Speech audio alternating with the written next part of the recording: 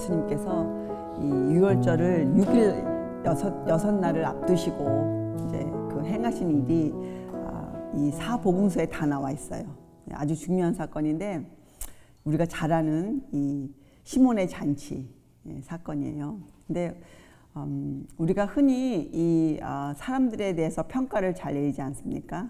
이런 사람이다, 저런 사람이다. 근데 오늘 우리가 이 사건을 통해서 이 평가를 우리가 어떻게 내려야 하는지, 심지어는 우리 주님에 대한 평가, 참으로 중요해요. 여러분 마음에 무엇이 중요하게 잘 잡고 있는지 우리가 알아보는 것이 참으로 중요해요. 그렇죠? 자, 그래서 여러분 사단도 우리의 이 신앙 여정에 굉장한 그 영향을 끼치려고 애를 쓰고 있죠. 왜 그렇습니까, 여러분? 이 성경에는 예수님을 이렇게 표현하죠. 길이요 진리요 생명이라. 그렇잖아요. 그래서 여러분 이 길이라는 것은 참 중요해요. 그래서 지금 이 시대에는 사람들이 이렇게 말하잖아요. 어떻게 가든지 서울만 가면 된다. 이런 사상이 지배적이잖아요. 그런데 성경은 그 반대로 얘기하고 있어요. 성경은 오직 한 길. 그러니까 뭐 한 곳을 파라는 이런 뜻이 아니고 우리가 잘 들어야 돼, 예수님의 말씀을. 우리가 신앙 여정, 인생 여정을 걸어가는 그 길이 단 한 가지라는 것이에요. 그 길이. 그렇죠? 그래서 여러분 사실 사단은 우리가 살아가는 인생의 그 길목마다 서서 우리를 속이고, 그래서 우리를 낙담시켜서 또 우리를 잘못 인도하여서 우리를 어느 길을 걷게 합니까? 우리가 좁은 길을 걸어가야 될 텐데 우리로 하여금 불순종의 넓은 길로 가게, 그렇게 우리를 자꾸 데려가려고 애를 쓰고 있어요. 그래서 어떤 방법을 쓰는가? 사단이 뿔난 마귀처럼 저것이 나쁜 것이야 하고 눈에 보이면 누가 속겠어요. 그렇죠? 사단은 우리에게 아주 온갖 종류, 그 사람 인생에, 각자 인생에 있어서 그 아주 많은 것들을 다양하게 어떻게 포장합니까? 아주 매혹적으로 보이게 포장해요. 이것은 아주 매혹적인 거예요. 이것은 깨어 경계하지 않으면 쉽게 속을 수 있는 것들, 그런 것들로 치장하여서 인생의 골목골목에 놔두고 있죠. 그런 걸 사용해요. 그래서 어떻게 사람을 흔드는가? 사람들이요, 이 생각이라는 것을 할 수 있으면 깨어 있는 거예요. 생각이라는 걸 할 수 있으면. 근데 이런 매혹적인 것들로 사람의 마음을 흔들 때 뭐가 먼저 흔들립니까? 여러분 마음 안에 정신만 있는 것이 아니잖아요. 그죠? 우리는 어떻게 구성되어 있습니까? 우리에게 혼이라는 것이 있어요. 혼. 생각이 먼저 하기 전에 뭐가 먼저 움직입니까? 감정이 먼저 움직여 버려요. 감정. 사단은 이 감정을 건드려요. 그래서 우리 마음에 그릇된 감정을 집어넣어요. 그래서 많은 사람들이 이런 말 하죠. 내가 그렇게 말하려고 한 건 아니었는데 결과적으로 어떤 일이 생겨요. 그래서 먼저 그 감정을 딱 건드려요. 감정을. 그러면 벌써 감정이 한번 잘못되기 시작하면 그 사람의 생각은 힘들어요. 분별력이 없어지죠. 분별력. 무엇이 옳고 그른가를 분별할 수가 없게 돼요. 그러면 분별력이 흐려지면요, 하나님께서 이것이 길이다, 이것이 정로다 하고 해놓은 그 길에서 어떻게 됩니까? 벗어나게 되죠. 사실은 성경에 하나님께서 많은 말씀들을 해놓으신, 사실은요 읽어보면 같은 말씀인데 이모저모로 말씀해 놓으셨어요. 그것은 우리에게 그 인생의 여정, 신앙 여정을 걸어가는 우리 그 길목마다 사단이 기고 있는 걸 아시기 때문에 그 길목마다 표지판을 해두신 거예요. 이것이 정론이 이리로 행하라. 이런 표지판이에요. 표지판. 그래서 결국은 그 길의 범위를 정해 놓으셨어요. 길의 범위. 우리가 벗어나면 안 되는 길의 번호판. 이것을 우리가 단어로 지계표. 지계란 건 뭡니까? 그 지경의 범위를 정해 놓은 거예요. 하나님께서는 사람들에게 너희가 태어나서 이렇게 살아야 한다, 이런 지계표를 세워 놓으셨어요. 지계표. 근데 사단은 매혹적인 것들로 우리의 마음을 흔들어서, 우리 감정을 흔들어서 우리로 하여금 생각을 못하게 만들어서 하나님께서 만들어 놓으신 그 지계표를 제거해 버리기를 원해요. 그래서 여러분 이 지계표가 없어지면 어떻게 될까요? 어떻게 돼요? 그렇죠. 무법천지가 되는 거예요. 그야말로. 그래서 사람들이 생각을 어떻게 합니까? 자기 마음대로 생각해요. 소견에 좋은 대로 생각하고 행동하고 정말 무법천지, 하나님의 법이 없는 세상이 되어버렸어요. 지금 형편이. 그렇죠? 자, 그래서 여러분 그 지계표가 뭐냔 말이에요. 지계표. 성경에 나와 있는 이 많은 말씀들 중에 그 지계표가 뭐냐 말이에요. 우리의 생각이 그 범위를 벗어나지 말아야 할 지계표, 또 우리가 그 범위가 무엇인지 알아야 될 지계표, 성경에 맞는 이 많은 말씀들을 지켜주는, 우리가 그 표지판을 볼 수 있도록 해주는 그 지계표, 우리의 생각이 벗어나지 말아야 하는 그 지계표가 무엇이냔 말이에요. 그래서 여러분 우리가 사실은 여러분 세상에서도 학문을 공부할 때에도 어떤 책을 읽을 때 그 책이 가르치고 있는 지계표, 그 책이 말씀하고 있는, 그 책이 가르치고 있는 그 범위를 벗어나서 자기 마음대로 생각하면 사실 배울 필요가 없어요. 자기 마음대로 배우고 자기 마음대로 그냥 살면 돼요. 근데 왜 우리가 세상에서 똑똑하기 위해 사람들이 공부를 합니까? 왜 학문을 연구합니까? 무언가를 배워야 되기 때문에 그러지 않습니까? 여러분도 성경 안에서 하나님에 대해서 배우기를 원하시면 그 지계표를 벗어나서는 안 돼요. 그래서 우선 지계표가 무엇인지 잘 알아야 되죠. 오늘은 그 지계표를 알려주는 한 사건을 공부할 것이에요. 자, 여기에 보면 이거는 마태복음, 마가복음, 누가복음, 요한복음, 네 복음서 다 나와 있고 그 네 복음서를 다 읽어야 돼요. 그렇죠? 그래야지 우리가 통합해서 그 사건을 볼 수 있어요. 그 사건에 보면 이 마리아가 나오고 또 시몬이라는 사람이 나오고 제자들이 나오고 유다가 나와요. 그리고 예수님이 계시고, 그렇죠? 이런 사건이 있지 않습니까? 자, 여러분 이 마리아는 어떤 마리아예요? 예, 이 마리아는 성경에 의하면, 누가복음 8장에 의하면 이 마리아는 7 귀신 들렸던 막달라인이라 하는 마리아라 이렇게 표현해 놓았어요. 그래서 우리가 성경을 자세히 읽어보면 예수님을 가장 사랑했던 여인, 그렇죠? 그래서 예수님에게 모든 것을 드렸던 여인으로 나온 사람이 이 막달라인 마리아예요. 그리고 이 여자는 누구의 동생이라고 나와요? 그렇죠? 나사로도 누구예요? 예수님께서 죽은 가운데서 살려내신 그 나사로의 누이였더라 이렇게 나오지 않습니까? 그래서 우리가 다 보면 이 여인이 누군가 요한복음에만 나와 있는 가늠한 여인으로 우리가 볼 수 있어요. 예. 왜냐하면 그 가늠한 여인 끝에 예수님을 가장 사랑했던 여자라고 표현되어 있거든요. 이 마리아에 대해서. 자, 그래서 이 마리아는 왜 근데 이 여자가 여기에 보면 그 집이 어디였어요? 예, 나사로의 집이 어디였어요? 베다니잖아요. 베다니는 어디입니까? 유다 지방이에요. 유대인이었어요. 그런데 이 여인에게 막달라인이라 하는 그 이름이 붙여져 있어요. 이건 왜? 막달라는 어디예요? 막달라는 갈릴리 지방이에요. 갈릴리 지방. 그래서 우리가 추리력을 발휘할 수 있어요. 추리력. 이 마리아는 원래는 유대인이었어요. 근데 어떤 경로를 통해서 마리아가 막달라에 가서 살아서 그 앞에 막달라인이라 하는 이름이 붙었어요. 그리고 누가 보면 공부해보면 막달라 마리아는 예수께서 2번째 갈릴리 여행을 시작하실 때부터 예수님을 쫓았다. 모든 것을 드리고 쫓았노라고 누가 보면 적혀져 있어요. 2번째 갈릴리. 그러니까 예수님 초기예요. 예. 공중봉사 하신 초기에 마리아는 예수님을 쫓은 여자로 돼 있어요. 그냥 쫓아다닌 게 아니고 모든 것을 드리며 헌신한 여자로 적혀져 있어요. 마리아가. 자, 그 여인이 마리아예요. 근데 읽어보면 그때 읽어보면 네 봉사 읽어보면 예수님께서 베다니에 가셨어요. 예루살렘에 입성하시기 전에 마지막으로 베다니를 방문했어요. 베다니에 누구 집이 또 있어요? 나사로의 집이 있고 여기에 보면 시몬의 집이 있다고 나와요. 근데 이 시몬은 바리새인이라고 나와 있어요. 바리새인. 그런데 다른 복음서에는 이 시몬을 문둥이 시몬이라 이렇게 불러요. 문둥이 시몬, 바리새인.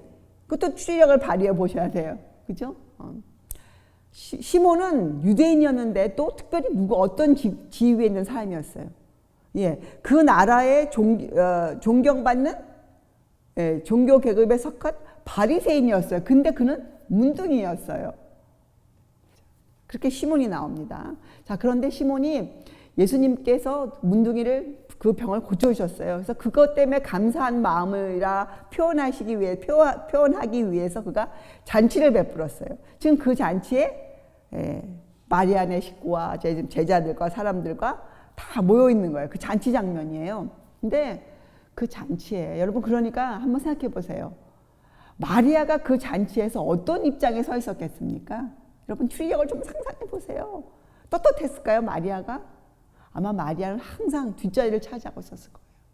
예수님을 향한 마음이 너무 컸기 때문에 마리아는 그 감사가 너무 컸기 때문에 항상 마리아는 말없이 지냈을 것이에요. 마리아는. 마리아가 이런 얘기를 예수께부터 들었어요. 이제 예수께서 돌아가실 것이라. 근데 제자들은 그 말 듣고 한 사람도 반응이 없었는데 마리아는 그 말 때문에 너무 슬펐어요. 그래서 마리아는 주님께 무언가를 해드리고 싶었어요. 주님 돌아가시기 전에. 그러니까 마리아는 뭔지 몰랐지만 그 말씀을 정말 믿었어요. 주님의 말씀을. 그래서 마리아가 옥합을 샀어요. 300데나리온. 이것은 마리아의 일생 동안 번 모든 것을 바친 거예요. 그 옥합을 샀어요, 마리아가. 그리고 조용히 마리아가 내가 이렇게 비싼 걸 샀다고 자랑하며 들어갔을까요? 우리의 추리력을 보면 마리아는 아니에요. 자기가 어떤 사람인지를 알고 있었기 때문에 마리아는 감히 그 바리새인 집에 들어가면서 마리아는 조용히 들어갔을 거예요. 근데 마리아는 그 예수님을 보고 그 마음이 가만히 있을 수가 없었어요. 그래서 마리아는 잔치 사건으로 사람들이 떠들썩해. 왜 떠들썩했습니까? 예수님은 십자가를 앞에 두고 계셨지만 이 제자들은 조차도 이제 저분이 왕이 되시려 하는구나. 막 이런 마음에 들떠 있었어요. 제자들은. 그리고 막 이 죽은 나사로가 거기 살아난 나사로가 있었기 때문에 사람들이 어떻게 됐을까요? 막 흥분이 극에 달했어요. 죽은 자를 살리신 분. 이제 그분이 왕이 되셔서 우리나라를 다시 이 로마로부터 회복시키신다. 막 이런 기쁨 때문에 사람들이 잘못된 감정으로 흥분돼 있어요. 따뜻했어요, 막. 그러니까 마리아 같은 사람은 눈에 보이지도 않았어요. 근데 그때 마리아는 어떻게 했습니까? 예수님의 뒤에 서서 울었어요. 마리아는 눈물로 발을 씻기고, 그죠? 옥합을 깨트렸어요. 그 옥합을 깨트리고. 근데 여러분, 이런 생각이 저한테 들었어요. 마리아는 그 옥합을 깨트릴 생각을 하고 가진 않았을 것 같아요. 마리아는 주님께 드리려고 옥합을 가져갔을 거예요. 마리아는. 근데 왜냐하면 여러분 우리가 성령님께서 우리의 마음을 주관해 가실 때 사실 우리가 뭘 할지 잘 몰라요. 우리 마음이. 근데 마음이 감사로 꽉 차 있으면 여러분 어떠한 그 거룩한 충동이 생깁니까? 자기를 다 드리고 싶은 막 그런 열렬한 감정이 우리의 여러분 성경은 기독교는 사람의 감정을 없애는 종교가 아니에요.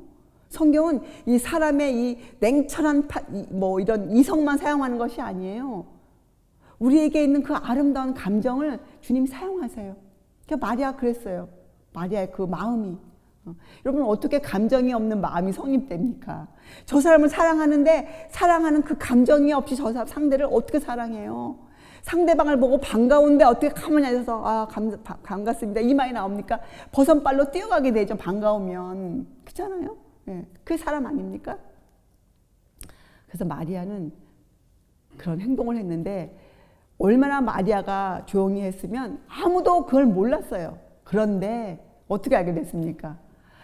그 나드 향은 감출 수가 없는 향이, 그것도 옥합 한 병이다. 그 향이 깨어지면서 그 향기가 온 그 잔치방을, 그 떠들썩함을 어떻게 됐을까요? 그 향이 덮어버렸어요. 그 향이. 잠시 동안 사람들이 조용해졌어요. 이게 뭐지? 이렇게. 그런데 그때 또 누가 나타납니까? 읽어보면 제자들 중에 가룟 유다가 했다고 나와요. 요한복음에. 어찌미뇨 가난한 자들에게 주어야 할 이 재물을 네가 왜 낭비했는고 하고 마리아를 야단쳐요. 심히. 그때 마리아가 너무 놀랐을 거예요. 마리아가 어쩔 줄을 몰라. 근데 여기 읽어보면요, 신기하게도 마리아가 한 말은 한마디도 안 나와요. 마리아는. 그게 뭐예요? 여러분, 우리가 어떤 때는 우리의 마음이 성령께서 우리를 팍 주관하고 계실 때 어떤 일을 행했는데 그 일이 견책을 받으면요, 할 말이 없어요. 여러분 경험해 보셔야 돼요. 내가 무슨 말을 해야 좋을지 전혀 생각이 떠오르지 않아요. 마리아는 아마 아무 말도 못해서 여기 아무 대답이 없어요. 마리아는 몰랐어요. 자기도 자기가 뭘 했는지. 마리아도. 근데 이때 가룟 유다는 자기가 한 말에 대한 자기 마음을 감추기 위해서요. 아주 가치 있는 동기를 부여하기를 원했어요. 그래서 자기를 따르는 제자들, 그러니까 왜 따릅니까? 그 제자들은 그 당시 어떤 입장이었어요? 자기들 중에서 그래도 가룟 유다는 배우고 능력이 있는 자라. 그래서 유다를 돈꾀를 맡겼잖아요. 돈꾀, 가장 중요한 돈꾀를. 그래서 유다는 그 제자들에게 영향력을 끼치고 있던 사람 중에 한 사람이었어요. 그렇죠? 그 신임을 얻고 있어요. 여러분 신임을 얻었으니까 돈꾀를 맡지 않았습니까? 돈꾀. 아니 여러분 가장 중요한 게 회계를 맡는 사람들 아니에요? 이 돈을 만지는 사람들. 그래서 유다는 그런 것들을 사용했어요. 그리고 그 제자들, 동료 친구들에게 그 영향력을 발휘하려고 애를 썼어요. 그래서 자기가 한 말에 대해 아주 굉장히 가치 있는 동기를 부여하려고 애를 썼어요. 그래서 요한복음에 이렇게 나와요. 저는 도적이라. 자기가 도적인데도 불구하고 그걸 감추려고 가난한 사람들을 딱 내세웠어요. 그래서 마리아가 어쩔 줄 몰라하고 있는 그때 여러분 누가 나셨습니까? 주님이 나셨었어요. 주님이 그 여자를 괴롭게 하지 말라. 이렇게 말씀하셨어요. 그때 마리아가 얼마나 감사했을까요? 마리아가 가만두어라. 저는 나를 위하여 좋은 일을 하고 있느니라.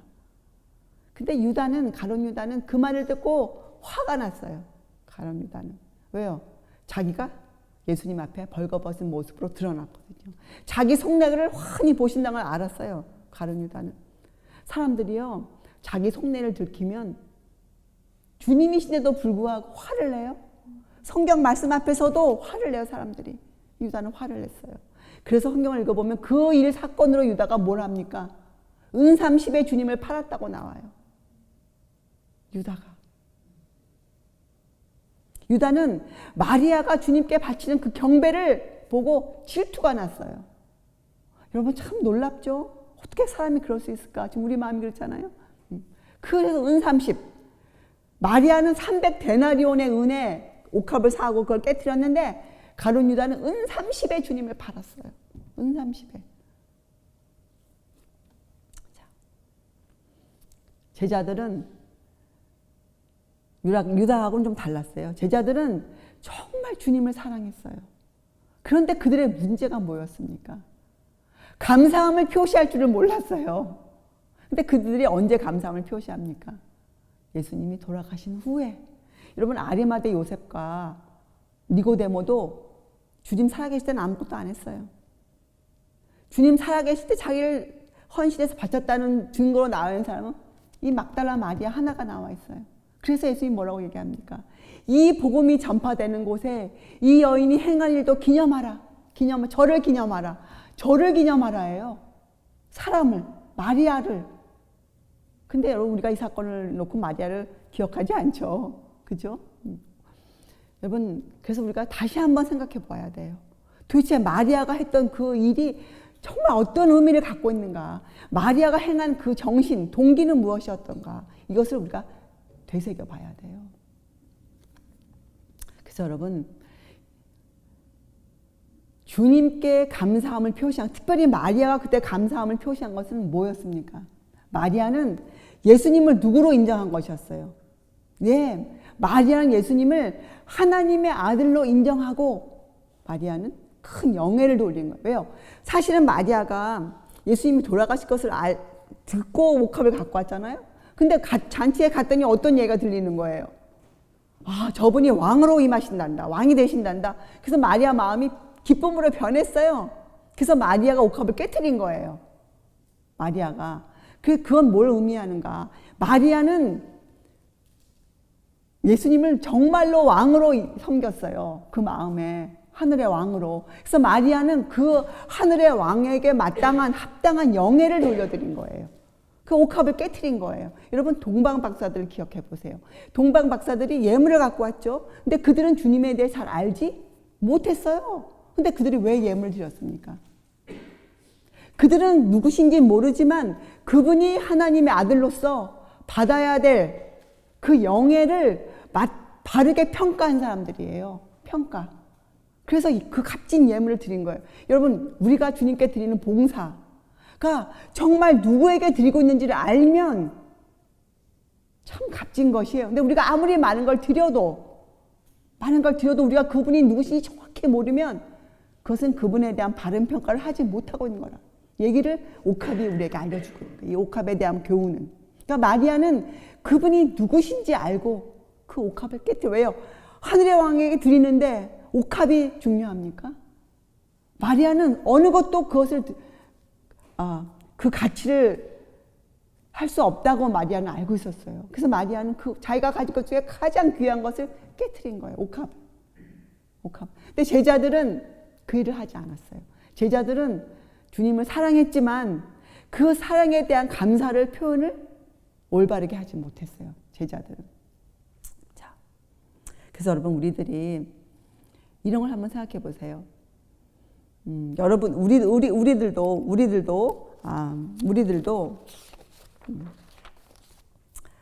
이 제자들이 갖고 있었던 부족함이 혹시 우리에게 있지 않은지. 우리가 받은 은혜가 너무나 큰데, 우리 오늘 찬송 불렀잖아요. 주의 받은 복을 세어보아라. 우리가 정말 바르게 평가하고 있는지, 주께서 나에게 허락하신 것들을 바르게 평가하고 있는지. 그렇죠? 왜 그렇습니까? 오래지 않아 제자들은 어떻게 해요? 그분을 빼앗기게 되었고, 그렇죠? 그 감사함을 표현할 길이 없었어요. 그런데 마침 그들에게는 어떠한 시대가 열려 있었습니까? 주님께서 보내실 보혜사 성령께서 오시면 그들이 그 일을 할 수 있는 기회가 있었던 시대였어요. 자, 그러나 여러분과 제가 살고 있는 이 시대는 어떤 시대예요? 실제적으로 성경에서 이 시대는 예수님이 돌아가셨고 승천하셨고 누가 와 계신 시대예요? 성령이 와 계신 시대예요. 우리가 만약 이 시대를 놓치면 여러분과 저에게는 두 번의 기회가 다시는 없어요. 그 감사를 표시할 만한 그 길이 다시는 없어요. 그때 가서 우리가 울면서 후회하면서 해봐야 아무 소용이 없다는 것을 우리에게 주는 교훈이에요. 우리는 두 번의 기회가 없어요. 그렇죠? 왜요? 지금 성령의 감화 아래 있을 이때 우리가 이런 일을 하고 있지 않으면, 감사의 표시를 하고 있지 않으면 우리가 언제 하겠어요? 언제 우리 마음이 그런 일을 하겠습니까? 지금이 마지막 기회예요. 마지막 기회. 자, 그래서 여러분, 우리들은 이 제자들이 부족했던 것을 그때 메꾸지 못했던 그것을 방지하기 위해서는 주님이 우리에게 베푸신 것이 무엇인지 완전히 깨달아야 돼요. 완전히.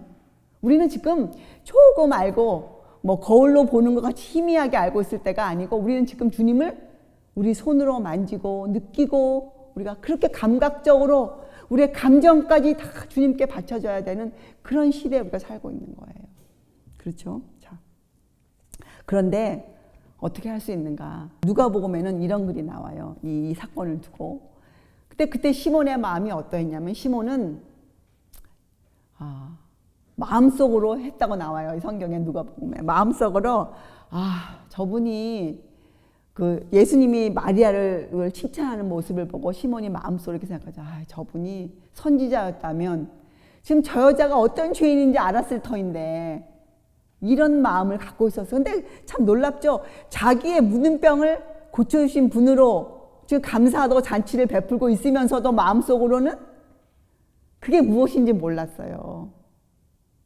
이 시몬이. 여러분, 묻은 병을 어떻게 고칩니까? 그렇잖아요? 자기가 어떠한 일을, 어떠한 혜택을 누렸는지를 안다고 하면서 잔치를 베풀었는데, 사실은 그것이 무엇인지 모르는 사람으로 시몬이 등장하는 거예요. 시몬. 그래서 예수님이 어떤 비유를 그때 하십니까? 누가복음에. 시몬아 하고 부르세요. 시몬을 야단 안 치세요. 시몬에게 뭐라고 말합니까? 그 마음을 읽으시고, 시몬아, 여기 두 사람이 있는데 빚을 졌노라. 근데 한 사람은 뭐라고 나와요?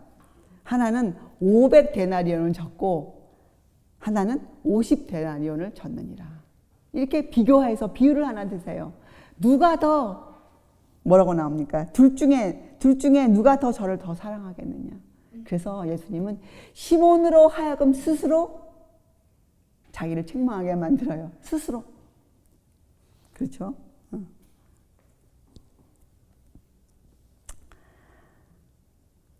그리고 마리아에게는 이렇게 얘기하죠. 내 죄사함을 얻었느니라. 근데 여러분, 이 가늠한 여인의 편에 보면 예수님이 그 여자에게 뭐라고 말합니까? 가서 다시는 죄를 범하지 말라. 그런데 여기에서 마리아에게 내 죄사함을 얻었느니라. 이렇게 말씀하세요. 그래서 여러분, 우리가 이걸 알아야 돼요. 죄를 사함을 얻는다. 여러분, 사람들이 쉽게 생각하죠. 아, 주를 믿으면 용서를 받는다. 근데 용서를 받는 사람은 누구예요? 용서를 하시는 분은 주님이시지만 용서를 받는 사람은 우리들 아닙니까? 그래서 우리들의 문제예요, 이것은. 주님의 문제가 아니고. 주님은 모든 사람을 용서하세요. 그럼 주님은 이미 다 계획해 놓으셨고 그 일을 실천하셨어요. 그죠? 모든 사람 인류의 죄짐을 지시고 어떻게 해요? 십자가에 돌아가셨어요. 옥합은 깨어졌어요. 그래서 에베소서에 어떻게 나와요? 향기로운 제물과 생축을 드리셨느니라. 자신을 버리사. 예수님은 그 일을 다 하셨어요. 자, 그러면 여러분, 죄사함을 얻는 일은 누구에게 달려있는 겁니까? 그건 예수님께 달려있는 문제가 아니고 그건 우리에게 달려있는 문제예요. 죄사함. 여기에 대해서는 우리가 주님에게 원망을 드릴 수가 없죠. 왜요? 주님은 이미 그 일을 이루셨기 때문에. 자, 그것을 시몬에게 알려주신 거예요. 그래서 시몬에게 네가 나한테 이런 일을 해야지 이렇게 말씀하신 것이 아니고 시몬에게 너가 어떠한 죄를 졌는지를 좀 네 스스로를 살펴보아라 이렇게 말씀하신 거예요. 그래서 여러분, 우리가 이 죄사함을 얻기 위해서는요, 우리가 알아야 될 것들이 있어요. 그 첫째가 뭐예요? 내가 어떠한 죄인인지를 알아야 돼요, 여러분. 근데 여러분, 우리가 죄를 너무 쉽게 생각해서 불황자들이 하는 일, 알코올 중독자들, 가늠한 사람, 아니면 눈에 보이는 이것을 우리가 죄라고 생각하잖아요. 근데 성경은 그것을 더 넘어서서 주님께 감사함을 받고도 그 감사함을 감사로 여기지 않는 사람들, 그거 죄예요. 그렇죠? 또 그분에 대해서 주님이 하신 일에 대해서 과소평가하고 있는 사람들, 이것도 죄라고 얘기하고 있어요. 그래서 예수님이 뭐라고 하세요? 성령께서 오시면 죄를 얘기할 때 나를 믿지 아니하는 것이 죄라 이렇게 표현하셨잖아요. 예수께서 하신 그 일, 그분이 누구신지에 대한 과소평가, 잘못된 평가, 올바르지 않은 평가를 갖고 있는 사람은 죄인이라. 시몬에게 그렇게 얘기하신 거예요. 시몬의 잔치에 시몬에게, 바리새인 시몬에게 너가 묻는 병을 고치지는 받지 않았느냐? 그럼 내가 누군지 알아야 되는 거 아니냐? 내가 누구신지, 내가 했던 이 사명이 무엇인지, 네가 지금 잘못된 평가, 네 마음에 나에 대한 잘못된 평가가 바로 죄다 하고 비유로 500데나리온과 50데나리온을 알려주신 거거든요. 여러분, 우리는 이것을 알아야 돼. 이것이 죄라는 걸 알아야 돼. 그래서 여러분, 이 죄와 의의 관계에 대해서 우리의 마음이 명확해야 돼요. 이것이 명확하지 않기 때문에 여러분, 우리가 사실은 우리 일생에서 주님께 대해서 감사함을 제대로 표현하지 않고 살고 있는 거예요. 여러분, 혹시 우리가 지금 제자들이 갖고 있는 부족함도 갖고 있고, 또 혹시 우리 마음이 시몬의 마음 아닐까요? 사람들을 보면서 나는 너보다 좀 괜찮아. 나는 너가 지은 그 죄보다는 나는 좀 괜찮아. 이렇게 의를 평가하고 있지 않을까요? 혹시 우리의 마음을 잘 평가해 보셔야 돼요. 그래서 우리는 죄가 무엇인지를 알아야 돼. 그래야 우리가 의를 배울 수가 있어요. 내가 어떠한 죄인인지 모르면 의를 몰라요. 성경에 대한 잘못된 평가를 갖고 있으면, 특별히 그 지계표에 대한 잘못된 생각을 갖고 있으면, 그래서 여러분, 지계표가 무엇입니까? 지계표는 예수님이 누구이신지, 그분이 이 땅에서 행하신 일이 무엇인지 정확히 깊이 있게 아는 거예요. 그래서 그것을 성경은 뭐라고 얘기하십니까? 여러분, 가이사랴 빌립보에서 베드로가 한 답에 예수님이 왜 칭찬하셨어요? 베드로가 그 후에도 많은 잘못을 하잖아요. 근데 베드로 왜 칭찬하셨어요? 베드로의 마음속에는 예수님에 대한 인식이 정확히 있었어요. 그렇죠? 베드로는 이렇게 대답했잖아요. 주는 그리스도시요 살아계신 하나님의 아들이시니이다. 이게 무슨 말이에요? 이것은 예수님의 절대적 신성 그리고 그분의 인성에 대한 이해예요. 근데 부족했죠, 베드로가. 그렇죠? 그래서 여러분 이 시대에 우리가 완전히 알아야 될 것, 지계표, 사단이 제거해버리기 원하는 지계표가 무엇인지 알아야 우리가 그걸 지켜내요. 그 지계표는 무엇입니까? 그것은 예수님에 대해서 그분이 누구신지 그리고 그분이 행하신 일이 어떠한 가치가 있는 일인지 우리가 아는 거예요. 그게 뭐예요? 그것이 바로 예수님이 누구시에요? 예수님은 하나님의 아들이세요. 그분은 신이세요. 그분은 하나님이세요. 삼위 중에 한 분이세요. 지금 이 땅에 보내신 그분의 보혜사 성령도 그래서 우리가 어떻게 이해해야 돼요? 삼위 중에 한 분으로 이해해야만 올바른 평가예요. 성령에 대해서도. 거기서 흔들리면 지계표를 사단이 제거해버리기가 아주 쉬워져요. 우리가 표지판을 놓치게 되어져 있어요. 그래서 예수님의 그 절대적 신성 그리고 그분이 행하신 그 일, 행하신 일은 뭐예요? 그분이 사람으로서 하나님의 법에 순종하신 그 일, 그 희생, 자아희생에 대한 가치, 이것이 여러분과 제가 지켜내야 할 우리의 지계표예요. 그러니까 이건 뭐냐면 여러분, 우리가 인생을 사는데 여러분과 제가 생각해야 될 우리의 범위, 사고방식의 범위가 지계표예요. 우리의 생각이 거기를 벗어나면 안 돼요. 무슨 일을 하든지 간에, 여러분의 직업이 무엇이든지 간에, 우리가 어떻게 살든지 간에 여러분 그걸 탓하는 것이 아니고 우리의 생각의 범위, 우리가 어떤 일을 처리하고 지나갈 때 우리의 사고방식이 그 범위를 결코 벗어나서는 안 돼요. 그것이 우리 인생의 지계표예요. 그것이 예수님의 절대적 신성과 그분의 인성, 또 더 좀 쉬운 말로 표현하면 그분이 누구신지, 예수께서 누구신지, 그리고 그분이 이 땅에서 행하신 그 일이 어떠한 일인지를 정확히 알아야 돼요. 완전히 깨달아야 돼요. 그래야 우리가 성령을 어떻게 근심하지 않게 되어 있어요. 에베소서에 뭐라고 부탁했습니까? 성령을 근심케 하지 말라. 너희가 그 안에서 구속의 날까지 인치심을 받았느니라. 여러분 만약에 근심하게 되면 어떻게 된다는 거예요? 그 인치심이 우리에게서 떠나가는 거예요. 얼마나 위급한 상황인지 몰라요, 지금. 그리고 여러분 지금은 하나님께서는 태초부터 인류의 구속을 위해서 모든 준비를 해 놓으셨어요. 그리고 그것을 이루셨어요. 다 이루었노라. 예수님께서 말씀하셨잖아요. 다 이루었노라. 모든 준비가 갖춰져 있어요. 자, 하나님 되시는 성령께서 이 땅에 계세요. 지금 성령께서는 하나님을 무시하는 자들까지라도 어떻게 해요? 그들의 구원을 위해서 온갖 힘을 쓰고 계세요. 탄식하고 계세요. 여러분 너무 감사하지 않습니까? 심령이 떨리지 않습니까? 성령께서 또 성경에 어떤 글이 나와 있습니까? 하늘의 천사들을 이 땅에 다 보내셨어요. 하늘의 군대가 이 땅에 와 있어요. 하늘의 군대가. 여러분 엘리사의 종처럼 눈을 떠서 여러분을 진치고 있는 하늘의 군대를 바라보세요. 하늘의 천사들이 다 내려와 있어요. 특별히 믿는 자들을 도와주기 위해서. 우리가 길을 잃어버릴까 봐. 우리가 그 길 표지판을 놓치고 우리의 생각이 벗어날까 봐. 그래서 여러분 하늘의 천사들이 우리를 지켜주는 것을 알면 우리의 이 경박한 언어, 경박한 행동이 조금 금해지지 않을까요, 여러분? 눈을 떠서 우리가 보아야 돼요.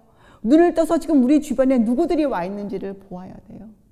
그래서 여러분 하늘은 모든 준비를 해 놓으셨어요. 하늘은.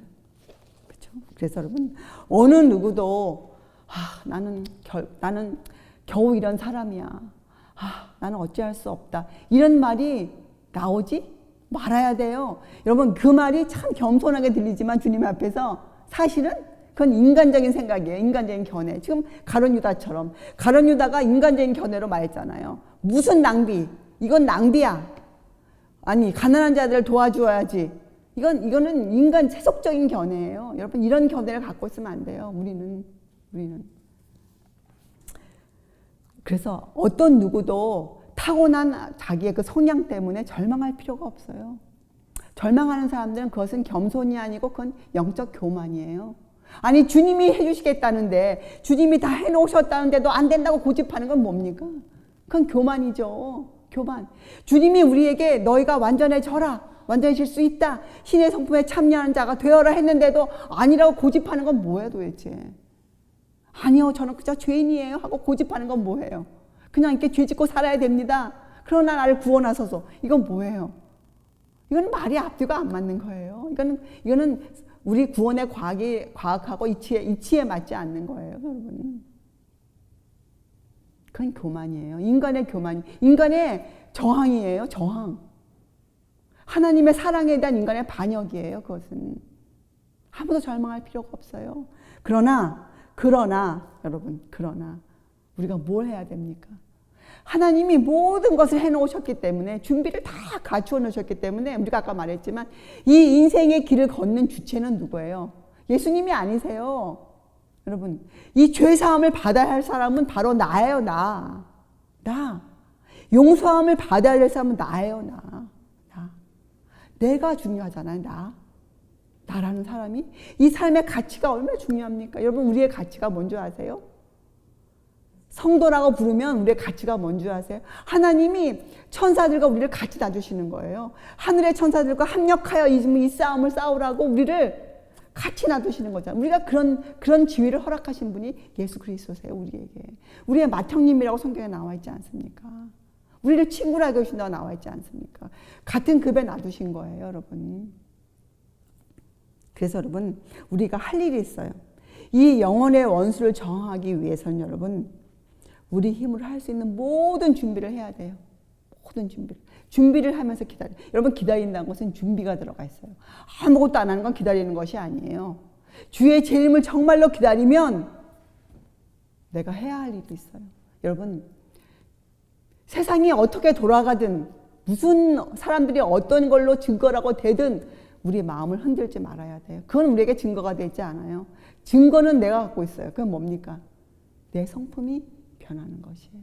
이 천국 복음이 증거되기 위하여 온 세상이 전파되리니 그제야 끝이 오리라.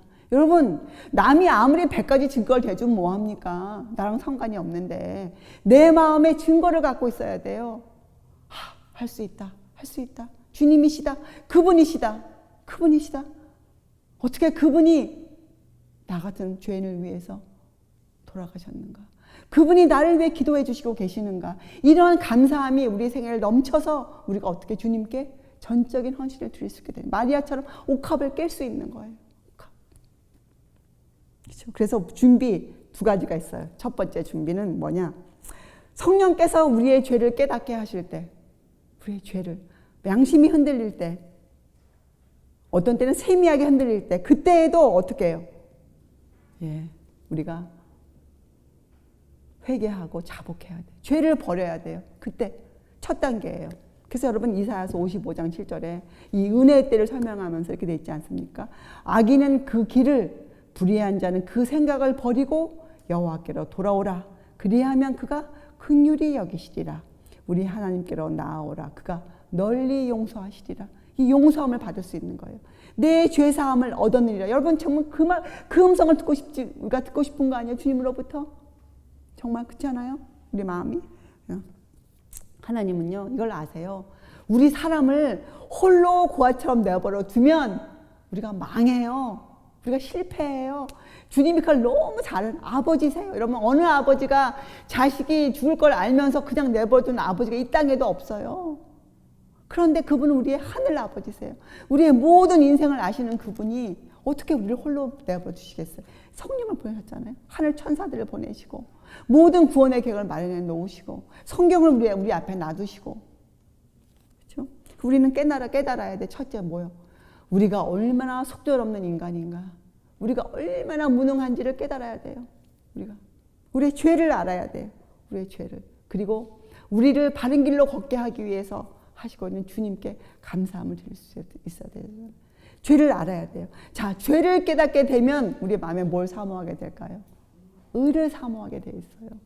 의를 먼저 입는 것이 아니에요. 성경을 먼저 깨닫는 것이 아니에요, 여러분. 우리가 얼마나 죄인인가를 우리가 깊이 깨달아야 돼요. 그러면 우리가 뭘 할 수 있습니까? 하나님의 전신갑주를 입을 수 있게 돼요. 전신갑주. 완전 무장을 하게 되는 거죠. 우리가 완전 무장. 그런데 여러분, 이 영혼의 싸움에는 필수적인 것이 하나가 있는데 성품 중에 정직함이에요. 정직함. 여러분 우리의 정직함의 첫 순서가 뭡니까? 자기 자신에게 정직한 거예요. 자기의 성향에 대해서 정확히 볼 수 있는 눈이에요. 내가 어떤 사람인지. 그래서 우리가 이런 핑계를 대지 말아야 돼요. 아니라니까요, 저가. 그래서 한 것이 아니라니까요. 이런 말을 금해야 돼요. 어떤 일이 드러나면 내가 잘 몰랐지만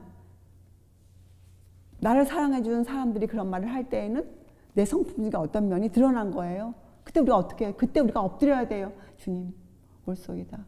저의 이런 악한 성향을 좀 그렇게 해야 자기가 보이기 시작해요. 자기가 어떤 사람인지 보여요. 그래서 우리가 우리의 이 악한 성향들을 누르려고 애쓸 때 그때 또 누가 같이 그 일을 하실까요? 성령께서 우리를 도와주세요. 성령께서. 그래서 우리가 어떻게 해요? 성품이 변화되는 거예요. 어떻게 우리가 우리 힘으로 성품을 변합니까? 우리 그건 못해요. 그러니까 우리가 할 수 있는 건 하나예요. 우리 자신을 살펴보는 일이에요. 우리 자신을 보는 것. 깨어서 우리 자신을 보는 것. 그래서 누가 우리에 대해서 뭐라고 얘기해도 우리가 입을 다무는 거예요. 마리아는 옳은 일을 했음에도 불구하고 어떻게 해요? 입을 다물었어요. 모함을 받을 때 입을 다물었어요. 자, 그래서 여러분 이 하나님의 힘으로 의를 보호하는 것. 우리가 의를 여러분 옳은 일을 우리가 어떻게 행합니까? 우리는 사람들은 악한 사람들인데 옳다, 옳음. 이건 우리 힘으로 할 수 있는 일이 아니에요. 이건 하나님이 보호하시는 거예요. 하나님의 성품 중에 하나님께서. 그래서 여러분 우리의 특권이에요. 그 의의 흉배, 그 흉배를 우리에게 붙이는 것. 우리 가슴에 그 흉배를 우리가 완전 무장을 하는 것. 그것은 우리의 특권이에요. 이것만이 우리 영적 생명을 지켜낼 것이에요. 그렇죠? 자, 그래서 여러분 하나님은 여러분과 제가 지금 이 위급한 상황 하에서 정말 완전 무장을 하고 서 있기를 기다리세요. 그래서 우리에게는 이 준비가 필요해요. 준비. 여러분 준비 없이 하는 일은 성공하지 못해요. 아무것도 정말 이제 우리 마음의 필요성 준비해야 된다. 필요성. 우리가 환난을 통과하고 하늘을 가기 위해서 우리가 어떤 준비를 해야 하는가? 뭐 식량을 사두겠어요? 아니죠. 이건 영적인 전쟁 아닙니까? 우리의 영혼을 어떻게 방비할 것인가? 어떻게 완전 무장을 할 것인가? 우리가 어떻게 스스로 깨어 있겠는가? 어떻게 나 자신에 대해서 내가 깨어 있겠는가? 어떻게 사단의 관계를 우리가 알아볼 수 있겠는가? 영적 분별을 어떻게 가질 수 있겠는가? 이런 것들이 우리의 생각을 잡고 있어야 돼요. 우리의 생각을. 우리의 이 지계표가 벗어나지 말아야 돼요, 여러분. 그래서 여러분, 이 죄사함을 얻는 것, 죄사함을 받는 일은 여러분, 예수님의 그 절대적 신성과 인성을 올바로 이해해야 우리가 이 죄와 의에 대해서 확실히 알 수 있어요. 예수님이 누구실까? 성령께서 지금 무슨 일을 하고 계시는가? 그분이 누구신가에 대해서 정확히 우리가 깨달아야 돼요. 완전히 깨달아야 돼요. 그래서 죄사함을 받는 일은 누구에게 달려있다? 나에게 달려있는 거예요. 자, 죄사함을 받는 일은 여러분 우리가 어느 순간 받는 게 아니죠. 마리아를 보면 일생을 통해서 일어나는 일이에요. 그래서 이것은 주께서 베푸신 자비인데 인생에 허락하신 교육과 훈련이에요. 인생이라는 하나님의 섭리라는 모든 사건들이에요. 모든 사건들. 그래서 인생이 그리스도의 학교예요. 인생이. 학교에서 여러분 A를 맞는 학생이 최고 아닙니까? 학교에서. 네. 그래서 여러분 죄사함을 받는 일은 그 베푸신 그 은혜를 주님께서 베푸신 그 은혜를 내가 어떻게 평가하느냐예요. 그것이 내가 죄사함을 받느냐 얻지 못하느냐에 달려있는 거예요. 그 은혜를 내가 어떻게 지금 평가하느냐. 여러분 시므온처럼 평가하면 안 돼요. 감사하다고 하면서도 마음으로는 다른 생각을 품고 있잖아요. 이건 잘못된 것이에요. 그래서 여러분 어떻게 평가하느냐. 첫째, 죄 문제. 여러분이 진 빚의 크기를 여러분이 보아야 돼요. 여러분이 어떠한 빚을 지고 있는지. 그렇죠? 자, 그러면 주님에 대한 바른 평가가 생길 거예요. 아, 그분이시구나. 아, 그분이시야. 지금 내가 이러한 사랑을 받고 살고 있는 것. 여러분, 그런데 또 한 가지 여러분이 잊지 말을 거는 하나님의 사랑이 어떻게 우리에게 알려집니까? 하늘에서 뚝 떨어져요, 사랑이? 주변에? 예, 형제와 자매를 통해서 내가 그 사랑을 받지 않습니까? 그래서 그 빚의 크기를 여러분이 알아야 되고 우리가 주님에 대해서 알아야 돼요. 그러면 이 죄와 의에 대한 관계를 우리가 알 수 있어요. 그래서 여러분 내게 베푸신 그 사랑이 무엇 형제와 자매를 통해 그걸 알게 될 때 나도 그 사랑을 줄 수 있는 사람이 비로소 되는 거예요. 나도 형제를 사랑할 수 있는 사람이 되는 거예요. 그래서 예수님 뭐라고 말씀하세요? 내가 너희를 사랑한 것 같이 너희도 서로 사랑하라. 여러분 이것은 여러분과 제가 필히 이루어내야 하는 우리의 과업이에요. 우리가 함께 모여있는 단 하나의 이유가 주님 때문이에요. 주님이 우리 각자에게 베푸신 그 은혜 때문에 우리가 같이 모였게 된 거예요. 이것을 잊어버리면 그저 모여있는 하나의 단체예요. 아무 의미가 없어요. 아무 쓸모가 없어요. 여러분 우리 오늘 이 마리아의 옥합의 교훈을 통해서 주님께 대한 바른 평가, 그분이 누구신지, 그분은 하나님의 아들, 그분은 그분은 하나님, 따라서 그분이 보내신 보혜사 성령도 하나님이심을 우리가 알아야 돼요. 그래야 주께서 지금 나에게 성령을 통해 베푸시는 그 일이 나에게 역사되어질 수 있어요. 내 성품이 변화되어질 수 있어요. 내가 어떠한 죄를 지금 짓고 있는지 그것을 내가 환히 볼 수 있어요. 그래서 여러분 우리에게 주신 지계표를 결코 사단이 제거해내지 못하도록 우리가 지켜내야 돼요. 여러분 오늘 우리가 이 지계표를, 그 지계표 안에서만 우리의 생각이 흐를 수 있는, 그래서 서로를 사랑할 수 있는 그런 우리가 되기를 진심으로 바랍니다. 우리 함께 기도드리시겠어요? 하늘에 계신 저희들의 아버지시여, 저희들을 지켜내시고 저희들 하늘로 데려가시기 위해서 모든 것을 마련해 주신 하나님의 은혜를 감사드립니다. 그 은혜를 함께 모여있는 형제와 자매를 통해 베푸시는 그 사랑을 인해 저희가 감사드립니다. 그것이 무엇이든지 간에 주님 저희의 진 빚이 너무나 큽니다. 서로에게. 주님 저희를 용서하시고 저희가 주님으로부터 죄사함을 얻는, 인치심을 얻는, 그것을 지켜낼 수 있는 그런 주의 용사가 될 수 있도록 주님 저희들을 도와주시옵소서. 저희들이 주의 도우심을 바라는, 주의 재림을 사모하는 주의 훌륭한 군병들 다 되게 하여 주시옵소서. 감사드리오며 귀하신 예수 그리스도의 이름으로 아버지께 간절히 기도드리옵나이다. 아멘.